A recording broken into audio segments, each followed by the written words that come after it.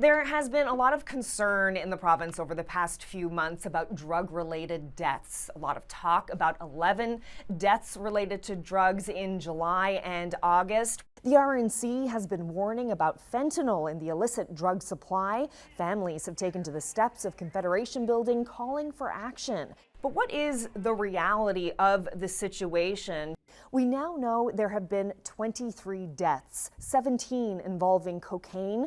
2 deaths were fentanyl specific. 4 people died of a mixture of the two. Joining me now is someone who has been on the front lines of this, really, the Chief Medical Examiner, Dr. Nash Denic. Thank you so much for speaking with me today. Thank you. I'm glad actually to speak on this topic. I think the primary duty of this office is the public safety. And there was a lot of outcry and in the public relating to the recent increase of number of deaths related to drugs. Even the rumors are that there was a contamination of the cocaine with fentanyl. And we were trying this time, and this is the first time that we are reporting the numbers that were not confirmed with toxicology. Just to tell the public what we are dealing here with in the Office of Chief Medical Examiner. Yes, there was a group of individuals that we tested, did the preliminary test of their urine, and this is just a screening test. This is not a test that's going to tell us what the person had in the system when they died. That's why we're performing the testing on biological materials such as blood. That's going to give us the accurate presence of the drug at the time of the death. So that's what we did for these 11 individuals, and these are the numbers that we eventually confirmed. Some of them we confirmed by toxicology, and we reported publicly. So not all of these 11 deaths were actually drug-related. As you can see, the 2 deaths are natural, and 1 death was ruled out accidental, but not drug-related. Even those 2 natural deaths, we have evidence that those individuals were taking cocaine at some point. The public has to understand that there's no safe dose for cocaine. 1 line today can give you the feeling of being high and feeling good. The same line tomorrow can kill you. So there's no safe dose even for fentanyl as well. People have to understand, an individual have to understand that the toxicity of the cocaine is not only at the time when you're taking it, that you may succumb to the acute toxicity, but over the period of years taking cocaine very negatively reflects on a body such as the heart.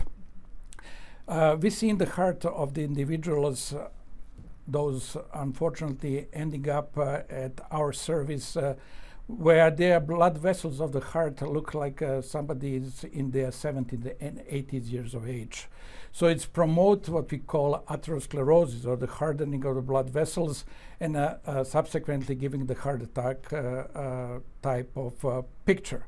It sounds like you have a real message for drug users in this province. Absolutely, absolutely, especially the one they're using hard drugs like cocaine, methamphetamine, opioids such as fentanyl, and mixing all of these drugs is also detrimental for the body. Individuals taking everything from benzodiazepines mixing with the cocaine and opioids such as fentanyl. We're gonna see increase in these deaths. We already have surpassed the number of deaths from last year.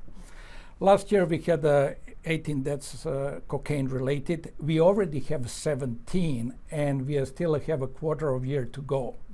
So saying that means we're going to be definitely seeing increased number. We see increased number of fentanyl related deaths. Last year we had 5. For this year so far we have 6. And we see this year more mix of cocaine with fentanyl, not necessarily meaning that the cocaine was contaminated with fentanyl.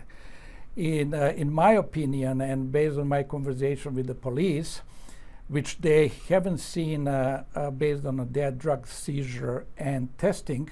They haven't seen contamination of cocaine with fentanyl. This is still possible, of course.